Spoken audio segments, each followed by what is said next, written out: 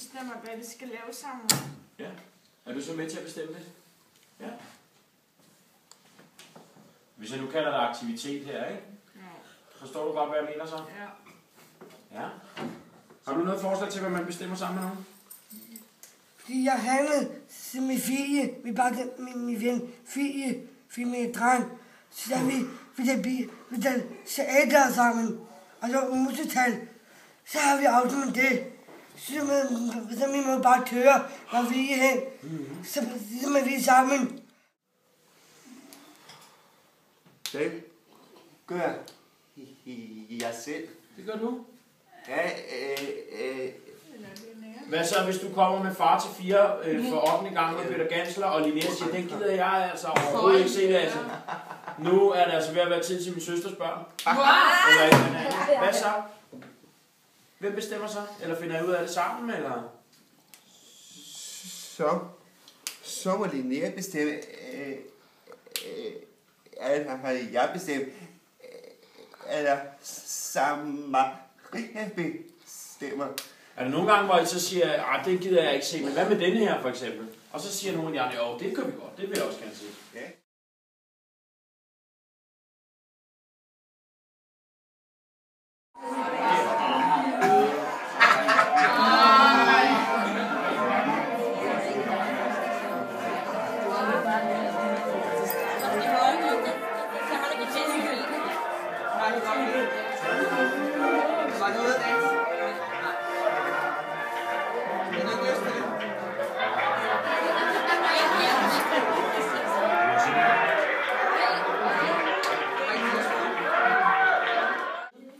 Forældrene skal være med. Så går det i al sin enkelhed ud på, at man skal tage et skridt frem, og så skal man på skift sige en ting først. Vi starter altid positivt ud. Så man skal starte med at sige en ting, der har været godt ved at gå på efterskole. Og så efterfølgende, så kan I selv få lov til at være med til at gætte, hvad I så skal sige bagefter. Så tager vi lige en runde til. Men den har vi brugt i løbet af året som en rigtig, rigtig god måde til at lave sådan en forholdsvis hurtig temperaturmåling på, om det har været et arrangement, som eleverne har synes har været godt eller dårligt. Og det har været alt fra morgensamling til lejrskoler og så videre, vi har brugt den på alle mulige forskellige. Jeg kan godt klippe om skole, men jeg kan bare helt den der opvaskningspjat. Det er anden runde. Vi korrigerer lige, så starter vi med ting, der ikke er så godt. Du kan ikke lide at vaske op? Nej. Det er jo. Hvad siger din mor? En ting, der ikke er så godt ved at gå på efterskole. Det ligger lidt langt væk hjemmefra. Det ligger langt væk hjemmefra, ja. Der ikke er så godt. Det er mørkt om vinteren, når man kører ned. Ja. Ja. Man bruger sådan 6-8 timer hver gang, man skal have sin datter. Ja. Det er ikke så godt. Jeg synes, at det er eld og rød med kære at få opvask. Det er... Ja, det er ikke fedt. Det er lektier. Det er lektier? Det bryder du ikke så meget om? Nej, det er let. Det er ikke godt. Jeg synes, der godt kunne være lidt mere bevægelse og motion. Ja. Man må godt sige det samme. Man må godt sige det samme. Ja, med hinanden. Snakker I sammen nogle gange? Ja, det er klart. Maj, kan du sige en ting, der ikke er så godt ved at gå på efterskole? Og få skændt ud. Det er altså ikke sjovt. Nej? Mere motion, og det er svært ikke at flytte sin datter på nat. Ja. Kan du sige ting, Sara, som ikke er så godt ved at gå på efterskole? Altså, fordi jeg skal gøre, fordi jeg også har det svært. Nogle gange kan det være lidt svært at gå på efterskole. Ja, derfor. Hvad er det, der er svært? Er det, du savner nogen, eller? Altså, nu er jeg fra en gangstol, Ja. og andet. Så er der mig. Jeg synes også, der kunne være mere motion. Ja. Og jeg synes, at vi skal have flere ungdomsfester. Ja. Det kommer med. Du kan ikke lære dig sure. Du kan ikke lære dig sure? Nej. Så. Og jeg synes, at savne Anna mandag, tirsdag, torsdag. Det er svært. Jeg er lille dippe dæks. Hvad siger du, Anne? Det er lille dippe dæks. Du kan ikke lide, når mig og far skændes? Nej. Men det gør det ikke til 10 på efterskole. Jamen, jeg synes, det er svært ikke at have samme føling med hendes hverdag. Ja. Ja, at det ser mig for sjældent. Ja. Mere struktur på weekenderne. Ja. Flere planer. Ja. For at kan motivere dem. Ja. Det synes du også. Ja. Kan du sige en god ting, Thomas, ved at gå på efterskole? Jeg kan godt lige være sammen med kammeraterne. Du kan godt lide at være sammen med kammeraterne. Ja. Fokus på det sociale, Ja. Og den læring, der er omkring det her med at have nogle alternative måder, altså omkring, hvad er det, man kan spørge hinanden om. Så de her små lege, I har haft, som er lagt ud på YouTube. Ja. Super godt. Yes. Lasse, kan du sige en ting, du godt kan lide ved at gå på efterskole?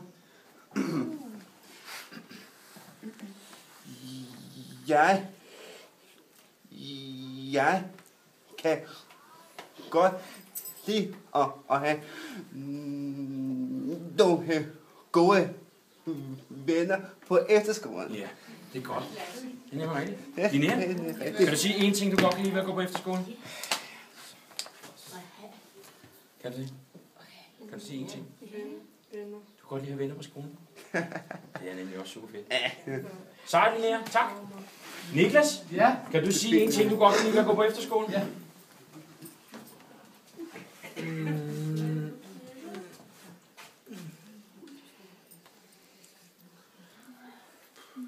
Hvad kan du godt lide på efterskolen?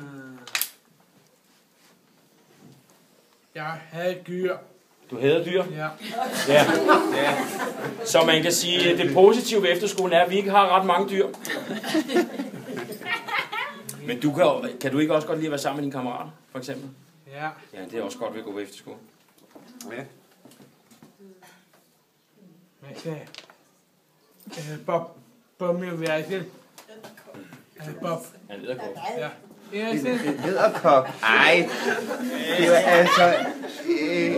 Har I fundet sådan en? Ja, en ikke. I nat? Ja. Hvor stor var den? Det må vi lige være sådan eller sådan. Eller stankeben. Du kan godt lide at være kræger? Ja, det bruger du rigtig meget. Jamen det bedste har været, at Michelle har lært at være lidt hjemmefra. Det er sådan det første skridt på rejsen til ung. Og så er det, jeg lærer jeres engagement. Okay. Ja. Super god lærer. Der er i ansvarslærer. Det er en god kontakt. Yes, det er dejligt. Mig? Skal du sige en ting, som du synes er rigtig godt ved at gå på efterskole? At lave lektier. Det kan du godt lide? Ja. Så er det fedt. Har Sten lige et par grader her. Hvad siger du, Karin? Jeg siger, at skolen har mestret fra første år, hvor der var mere nogle svære relationer. Hvor du fint kan element fra, det var svært med nogle enkelte, og det er noget løst, ikke? Nogle af dem er svenske venner. Det synes jeg er rigtig godt. Tak for det. Okay, tak. Sara, kan du sige en ting, som du synes er godt ved at gå på efterskole? Jeg synes, det gør det på efterskole er den mere rigtig godt. Ja. Gode venner. I bor også sammen på værelse? Jeg kender også den mere godt. Ja, det er nemlig, og det er nemlig kommet til, ikke? Ja. Det er noget nyt. Ja, den er rigtig sejt. Det er rigtig godt. Man har sådan en helhed, at det både er hverdag og almindelig skolearbejde, der er super godt sammen. Ja. Så er det svømmehallen. Du kan godt lide at være i svømmehallen? Ja. Ja, det er altså også fedt. Jamen, jeg synes, at det har været godt, fordi der har været nogle dygtige, inspirerende lærere, der har formået at udvikle andet. Det er nogle udfordringer, som man fortsat en god udvikling. Er det dig, Tækken? Det har jeg sagt. Du synes det samme? Jo, jeg synes, det er meget. Jamen, ja, det sociale, lære at tage hensyn til andre. Ja. Og så mener det samme som alle de andre. Men det er én ting. Hvad siger du? Jamen, det er også fantastisk, hvor hun har udviklet sig til at blive et mere selvstændig individ. Ja. Det synes du også. Rolig. Ja. Hvad siger du? Han bruger masser af musik. Ja. Og mig gør ting. Altså selv, som andre ville have troet, hun ville have kunnet. Ja. Sejt. Og hvornår bestemmer man det selv? Ja. For eksempel er der sådan et eksempel, som vi har brugt meget tid på. Det er, hvem bestemmer, hvad din livret er, for eksempel? Yes. Ja, hvad er din livret? Har du nogen? Ja, spaghetti og kødsovs. Spaghetti og kødsovs, ja. Så du bestemmer selv, hvad din livret er? Ja. Men hvem bestemmer, hvad du får at spise her på skolen? Ja, lærerne. Ja, eller køkkendamerne. Ja. Så omvendt.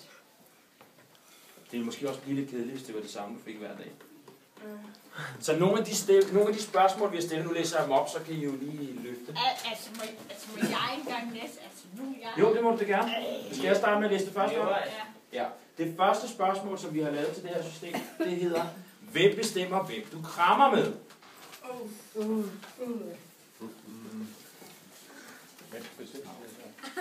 Så hvis det er noget, man selv bestemmer, hvem man krammer med, så er det det grønne kort. Vi havde faktisk på et tidspunkt, vi havde ikke helt tid til det, men Lola og jeg havde nogle idéer om, at vi ville udvikle nogle former for spørgsmål, hvor far og mor blev lidt uenige om, hvem det var, der bestemte det. Sådan noget med, hvem der bestemmer, hvornår der skal slås græs, eller hvornår der skal gøres rent, eller hvem du kysser med.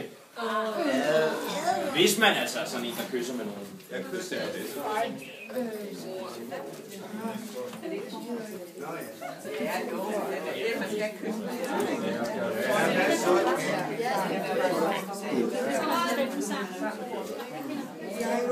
Og som I jo allerede kan se nu, så er der nogen, der svarer det ene, og noget, der svarer det andet. Fordi man kan jo både løfte den gule, og så sige, det bliver man jo nødt til ligesom at afstemme med den, man skal kysse med. Man kan jo ikke bare tage en, der kommer forbi, og så...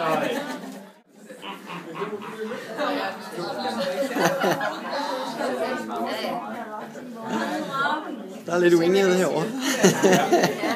Vi skal snakke lidt sammen. Ja. Jeg fornemmer, at I ligesom har forstået lidt princippet omkring at arbejde med det på den her måde. Er det mor, der bestemmer, hvem du ønsker dig? Det får jeg nok sige. Du bestemmer, hvad du ønsker dig. Okay.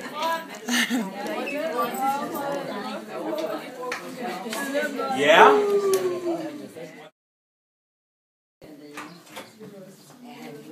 Hej, det er jo på stamhold 2, det her kan se, hvor hyggeligt. Det er jo sådan, som I sikkert kan huske, at I er så heldige, at der kommer en ny elev i jeres klasse. Nej. Så det er simpelthen i dag, at den nye elev er startet. Og nu synes jeg bare, jeg skal spørge om noget. Hvad kunne du tænke dig at spørge om, Sara? Hvad hedder du? Jeg hedder... Ja, lidt spids.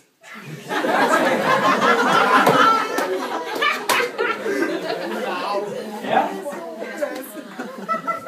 Det må dog knytte an til flere spørgsmål. Tegning? Ja, meget. Hvad kan du godt lide at tegne? Jeg tager min datter så hjemme. Okay. Spørger du, Michelle, fordi du også godt kan lide at tegne? Nå, så du kunne godt sammen med Simone for eksempel lave noget om eftermiddagen, tegne lidt ned i Krea for eksempel? Ja. Kan du høre, der var allerede en lille ven der? Jo. Der kan lide det samme som dig? Ja. Så, Andrea? Har du en kæreste? Det har jeg.